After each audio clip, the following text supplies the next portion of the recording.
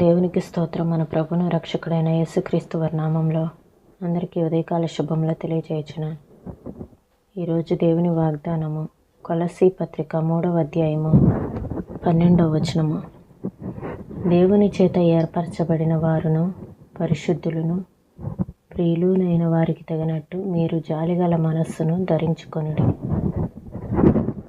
దేవుని ప్రేమ మనం కలిగి ఉండాలి. దేవుని ప్రేమని మనం ఎప్పుడైతే కలిగి ఉంటామో ఆ జాలిగల మనస్సుని మనము చూపించగలుగుతాం ఇతరుల పట్ల. ఎందుకంటే మనుషుల యొక్క మనస్సుల్లో, వాళ్ళ హృదయాలలో, వాళ్ళ మనస్సుల్లో వేదన, బాధ మనకు తెలియదు. పైకి వీళ్ళు బాగానే ఉన్నారు కదా అని మనం అనుకుంటాం, కానీ వాళ్ళ యొక్క వేదన, దిగులు అది మనకు తెలియదు. దిగులుతోటి ఎవరు దిగాలుగా ఉంటున్నారో అనేది మనం చూడలేము. కానీ దేవుని ప్రేమ అన్నిటినీ వెలిగిస్తుంది. కాబట్టి ఆ ప్రేమని మనం ఇతరుల పట్ల, దేవుని ప్రేమని ఇతరుల పట్ల ఎప్పుడైతే చూపిస్తామో ఆ పగులుతున్న గుండెల్ని, ఆ రగులుతున్న ఆత్మల్ని, వారి హృదయాలలో ఉన్నటువంటి దిగులుని మనము మాన్పించగలుగుతాము. వారి హృదయాలు సేద తీర్చబడేలా వారి పట్ల మనం ఎప్పుడైతే జాలిని కలిగి ఉంటామో అది ప్రతి ఒక్కరూ చేయవలసినది. ఎందుకంటే రక్షింపబడిన ప్రతి ఒక్కరూ అది ఒక బాధ్యతగా, అది ఒక విధిగా తీసుకోగలిగితే మనం రక్షకుని యొక్క విమోచనలోనికి ఆ హృదయాలను మనం సిద్ధపరచగలిగితే మన విధిని మనము నిర్వర్తించగలిగినట్లే. ఒక వృద్ధుడు ఎక్కడికి వెళ్ళినా ఒక డబ్బాలో నూనె తీసుకొని వెళ్ళేవాడట. ఏదైనా తలుపు కిర్రుమని చప్పుడవుతుంటే కాస్త నూనెని ఆ తలుపు బందుల మధ్య పోసేవాడట. ఏదైనా గడియ తీయటం కాస్త కష్టంగా ఉంటే నూనె రాసి తేలికగా వచ్చేలా చేసేవాడట. ఇలా తన దారిలో కష్టంగా ఉన్న వాటినన్నిటినీ నూనెతో మెత్తన చేస్తూ తన తర్వాత వచ్చే వాళ్ళకి సౌకర్యంగా ఉండేలా చేసేవాడు. అతన్ని అందరూ పిచ్చివాడనేవారు. కానీ ఆ వృద్ధుడు మాత్రం తొణకకుండా డబ్బా ఖాళీ అయినప్పుడల్లా దాన్ని నింపుకుంటూ తన పని తాను చేసుకుంటూ పోయేవాడు. చాలా జీవితాలు ప్రతిరోజు ఇలాంటి చప్పుళ్ళు చేస్తూ భారంగా, చిరాకుగా మూలుగుతూ ఉంటాయి. ఏదీ సవ్యంగా జరగదు. వాళ్ళకి సంతోషం, సాత్వికం, వివేచన అనే నూనె అవసరం.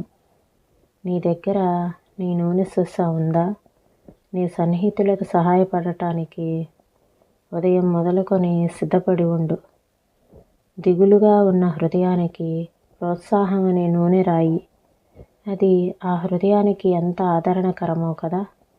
వెన్నుతట్టి లేవనెత్తే ఒక మాట, ఆ మాటను పలకటానికి బద్దకించకు. జీవిత గమనంలో మన జీవితం కొన్ని జీవితాలకి ఒక్కసారి ఎదురవుతుంది. అక్కడి నుండి విడిపోయి మరెన్నటికీ కలుసుకోదు. మన దగ్గర ఉన్న జాలి అనే నూనెను కష్టాల్లో ఉన్న అనేకమైన జీవితాల మీద పోసి వాటిలోని ఘర్షణను, రాపిడిని మెత్తగా చేయగలిగితే, రక్షకుని విమోచన వాత్సల్యానికి ఆ హృదయాలను సిద్ధపరచగలిగితే మన విధిని మనం నిర్వహించినట్టే. దిగాలుగా ఉన్న వ్యక్తితో పలికిన ఒక్క ఆదరణ వాక్యం అతని హృదయంలో సూర్యోదయాన్ని కలుగచేస్తుంది.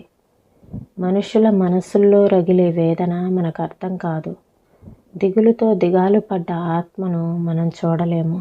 అయితే ప్రేమ అన్నిటినీ వెలిగిస్తుంది.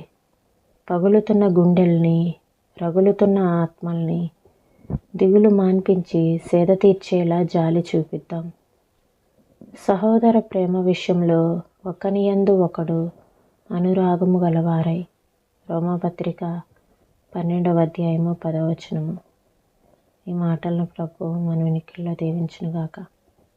ప్రార్థన చేసుకుందామండి. స్తోత్రం తండ్రి, పరిశుద్ధుడా, ప్రేమ కలిగిన దేవా, మీకు వందనాలు చెల్లిస్తున్నాం ప్రభు. స్తోత్రాలు నాయన. జాలిగల మనస్సును మీరు ధరించుకోండి అని సెలవిచ్చారు తండ్రి. ప్రభు జాలి కలిగిన ఆయన ప్రభు ఒకరి పట్ల ఒకరు అనురాగము కలిగి మీ ప్రేమను నాయన వారి పట్ల చూపించేవారుగా మమ్మల్ని నడిపించండి ప్రభా. కొంతమందినైనా ప్రభా అయ్యా నీ యొక్క నైనా ప్రభా విమోచన వాత్సల్యానికి కొన్ని హృదయాలను మేము సిద్ధపరచగలిగేలా మాలో ప్రతి ఒక్కరం ఇది మా బాధ్యతగా మా విధిగా మేము నిర్వర్తించగలటానికి మాకు సహాయం చేయండి ప్రభా. ఎందుకంటే మీరు ఇచ్చిన రక్షణ భాగ్యమునైనా ప్రభా, మీరు ఇచ్చిన ఆదరణ, మీరు చూపించే ప్రేమ నా తండ్రి మేము నైనా ఇతరులకు పంచగలిగేలా మాకు శక్తినివ్వండి ప్రభా. సహాయం చేయండి తండ్రి. ఎందుకంటే మనుషుల మనస్సుల్లో రగిలే వేదన మాకు అర్థం కాదు. దిగులుతో ఎవరున్నారో మేము చూడలేము. పైకి బాగానే ఉన్నారు కదా అని మేము అనుకుంటాం. కానీ ప్రభా వాళ్ళ హృదయాల్లో ఉన్నటువంటి అయ్యా ఆ రగులుతున్నటువంటి మంట మాకు తెలియదు ప్రభా. అటు ఆత్మల్ని దిగులు మాన్పించి మీ ఆదరణకరమైన మాటల చేత సేద తీర్చేలా వారి పట్ల మేము జాలిగల మనస్సును ధరించుకోవటానికి మాకు సహాయం చేయండి నాయన. దిగులుతో ఎంతమంది ఉన్నారో అటు వారిని మీరు దర్శించండి ప్రభా. సహాయం చేయండి తండ్రి. అయ్యా అటు ఆత్మలకు సేద తీర్చమని యేసయ్య పరిశుద్ధమైన నామంలో అడిగి వేడుకొంచున్నాం తండ్రి. ఆమేన్.